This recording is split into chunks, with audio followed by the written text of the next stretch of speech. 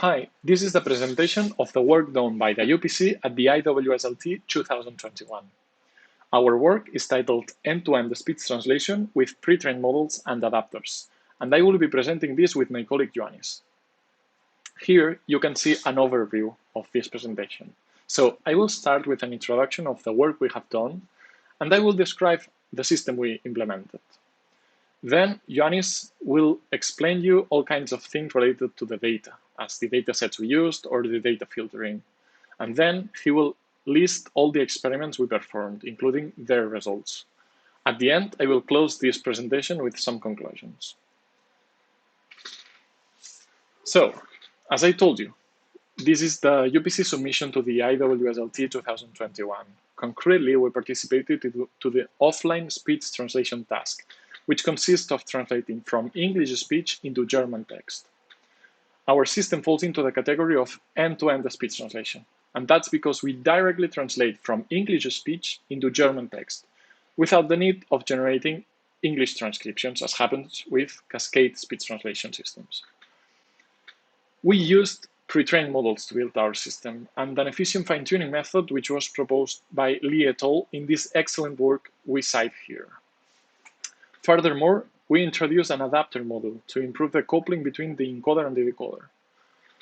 Going back to the characteristics of our submission, it falls into the category of unconstrained data condition, but that's just because we use these pre-trained models which were trained with datasets which are not in the list of the ones allowed for this task. But we directly do not train our system with datasets outside this list. Last but not least, we also propose a custom segmentation method using WAV2VEC 2.0, which actually give us excellent results. So let's see the system description. So, as you may know, using pre-trained components is a really common approach in different deep learning fields. For example, in computer vision, people use ResNets to build their systems. In other NLP tasks, models like BERT are also used. In the case of speech translation, what we normally do is to pre-train the encoder for speech recognition and then use that pre-trained encoder as a starting point of the training of the speech translation system. In our system, what we do is to combine two different pre-trained models. In the encoder, we use a WAV2VEC 2.0 model, and in the decoder, we use an embedded decoder. These pre-trained models were trained in two stages, were actually pre-trained in two stages. First, a pre-training with self-supervision, and then a fine-tuning in a supervised task. In the case of the WAV2VEC 2.0, for speech recognition, and in the case of MBERT, for multilingual machine translation. Actually, a model which is named MBERT 50. So let's go more into detail into these models. So in the case of WAV2VEC 2.0, this is a speech encoder which extracts representation from raw waveform directly. This is composed of two components. First, a feature extractor, which are these convolutional layers we see in the figure, and then a transformer encoder. So in the phase of pre-training with self-supervision, it is able to learn directly with speech without any transcription. And then the task basically consists of these contrastive laws we see in the figure, and it tries to distinguish the correct representation from the feature extractor between some distractors. So once this pre-training stage has been done, then it can get excellent performance in speech recognition by just fine-tuning it with a few minutes of transcribed speech. However, in our case, the model we used is the large architecture of WAV2VEC 2.0, and the one which is already fine-tuned with the whole libre speech and pseudo-labels for speech recognition. So the other pre-trained model we use, which is the MBERT, it is a transformer-based denoising autoencoder. The idea is the same one as BART, but with multilingual data. So in the pre-training with supervision stage, it tries to reconstruct sentences from a corrupted version of them, as we see here in the figure. Then, once it is pre-trained, it can be fine-tuned on many downstream tasks, as sequence classification or machine translation. In our case, we use the 12-layer transformer decoder of an embedded model, which is already fine-tuned on multilingual machine translation from English to 49 languages. And this model in concrete is called Embed 50. So at this point, we have two really different encoder and decoder. So we have a gap between them for two reasons. First, because they are working with different modality. The WAV2VEC 2.0 is working with speech, and the Embed is working with text. And also, they have a length discrepancy, and that's because the speech representations we get from WAV2VEC have a much longer sequence length than the representations the Embed decoder works with. So, to solve this, we added two coupling models between the encoder and the decoder. First, an adapter model, which is the one we see in the top right corner in the slide. This is a kind of model which was proposed to adapt pre-trained machine translation models to new languages, also to adapt NLP models to other tasks. In our case, the motivation is to adapt the representations from the WAV2VEC encoder to the decoder's modality. And also, we implemented a length adapter, which was also proposed by Lee et al. In their paper. And this basically consists of downsampling the encoder output by 8 by applying a stack of 3 strided convolutional layers so that we reduce the length discrepancy. And then we fine-tune these two models, which, okay, so we combined WAV2VEC and Embed, and these are huge models. So we use this fine-tuning proposed by Lee et al., which just fine-tunes some models inside these two models. In the case of the encoder, we just train the layer norm and the self-attention layers, and in the case of the decoder, we just train the layer norm and the encoder-decoder attention layers. At the end, this accounts for 20% of the total parameters, but the performance we obtain is approximately the same than fine-tuning all the parameters. But more importantly, this allows us to train this huge architecture fast enough and in a memory efficient way. Hi, I'm Ioannis and I will be talking about the data and experiment sections of our work. First of all, let's talk about the datasets. We're using all the available speech translation data with English source audio and German target text. These are the must-see, which is considered in domain because also the IWSLT data are TEDx, and COVOST, which is out of domain because it contains more everyday interactions, and Europarl with conversations from the European Parliament, which we also consider out of domain. Because of this, COVOST and Europarl, we are using their development splits as well during training. Here you can see the sizes of the original and the filtered versions of the datasets. I will talk about the filtering in the next slide. And something else that we do is that we subsample training examples from the COVOST dataset in order for our model to focus more on the must-see data. We do not subsample the Europarl because it's already much smaller than the others. For development and testing, we're using the dev and test splits of must-see, the IWSLT 2019 datasets, and we submit our predictions for the 2020 and 2021. Now let's talk about filtering. We employ 3 stages of data filtering in our pipeline. First is audio filtering. with which we exclude long examples to avoid out-of-memory errors during training. Then we have a stage of text filtering to unify the text format across the different datasets. In this stage, we remove non-textual events like laughter and applause that can be found during TED Talks. We also remove speaker names that sometimes are present in Mass C when multiple speakers are interacting during a talk. We also unify the number format across the datasets, and finally we remove examples that have empty text. Finally, we also perform ASR filtering to identify noisy examples and ensure that we are training with high quality data. We employ a pre-trained WAF2VEC 2.0, and we do inference on all our training examples. So we transcribe the English audio to English text. Then we measure the word error rate, which is close to 0.135. And consequently, we remove all the individual examples that score a word error rate above 0.5. So after this, we remove 4% of all examples in our data.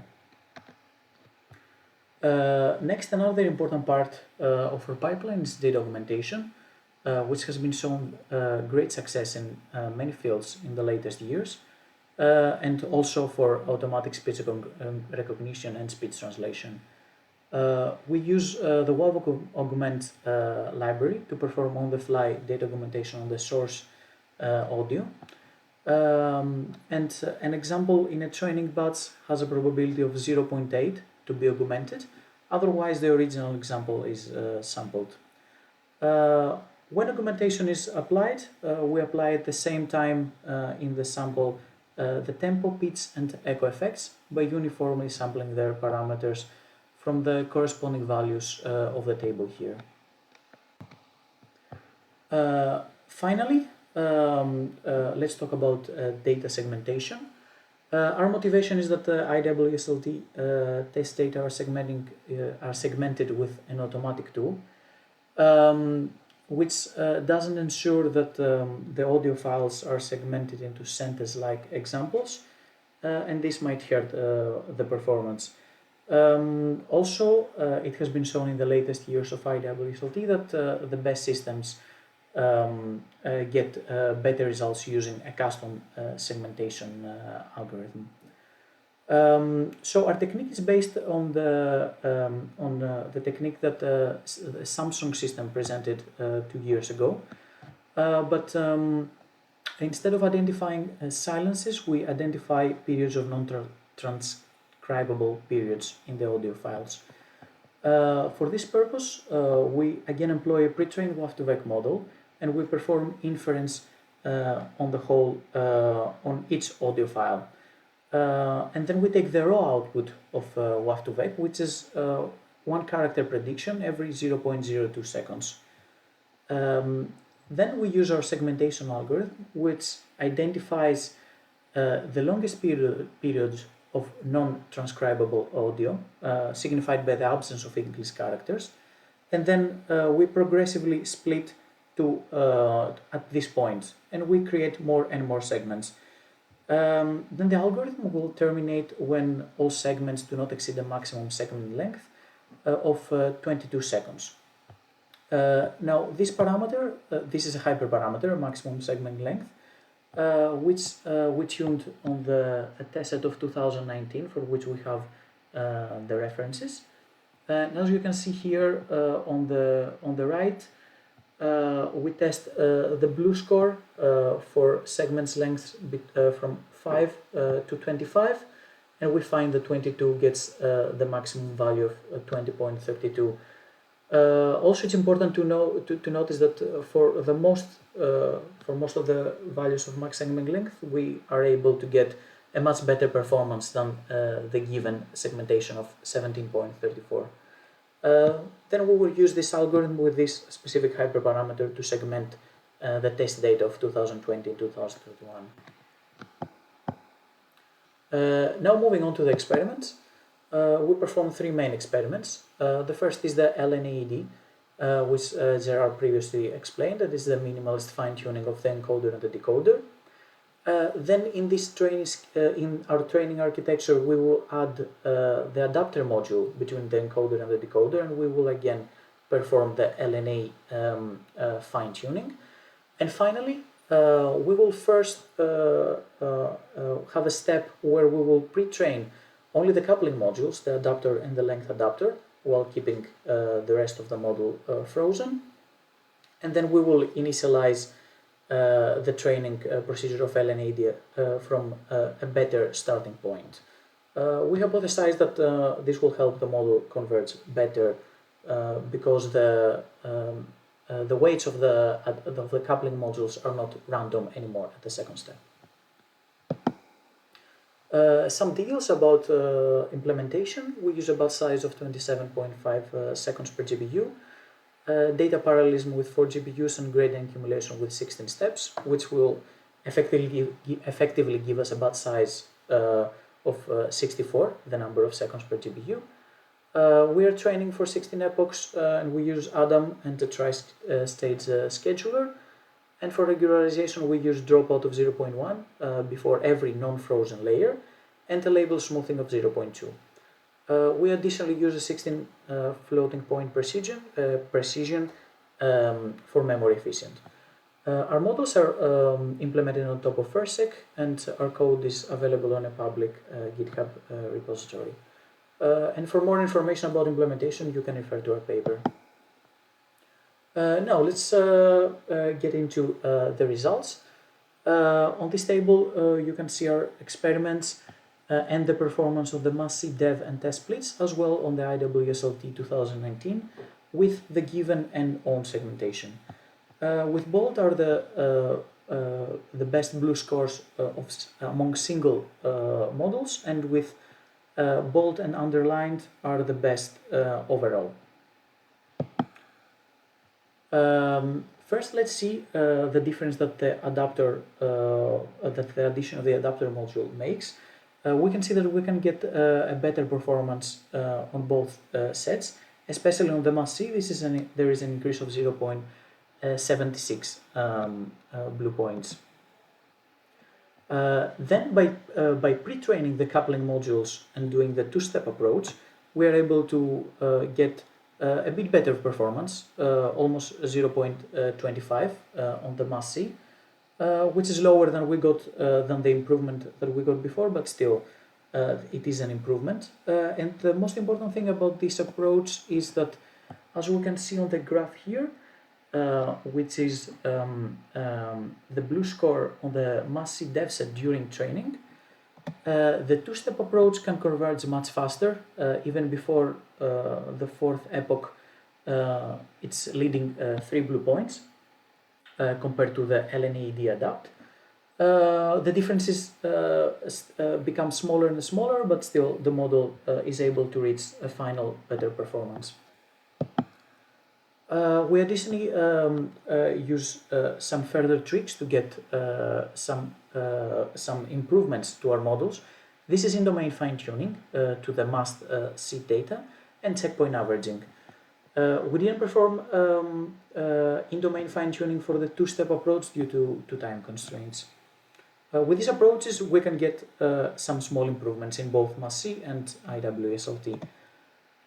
Finally, we use an ensemble of our two best models to obtain the overall best performance on all benchmarks. A last thing that I want to mention on this table is the differences between given and known segmentation. Our own custom segmentation with WAF2VEC can obtain much better results, with improvements ranging from 2.2 to 3 blue points across all experiments. Finally, I will talk about our submission results. Here you can see a table with the best single and the ensemble models with given unknown segmentation and the references for the 2020 test set and 2021. For 2021, we have two available references, the IWSLT and the TED, and a combination of both, which can which will give us an average blue score. So first, let's see the performance of the segmentation. As I talked about the previous results here as well, our own segmentation algorithm can get much better results with gains ranging from 2.5 to 4 blue points. And by using an ensemble, we can also increase the performance from 1 to 1.5 blue points across the two test sets, and on 2021 also across the different references. Hi again. So let's see the conclusions we can extract from the work we did. First of all, we've seen that using these large pre-trained models can be really effective in bilingual speech translation, and that we can get really good results by training just the 20% of the total model parameters. We introduced an adapter model, which provides further improvements by reducing the modality gap between the encoder and the decoder. And we also experimented in pre-training the coupling models, and we've seen that this can improve the conversion speed of the training of our system. Finally, we also propose a WAP2BEC based segmentation method, which produces much better results by producing better segmentations. So that's all from our side. Thank you very much for attending. We will be happy to answer your questions. And yeah, see you. Goodbye.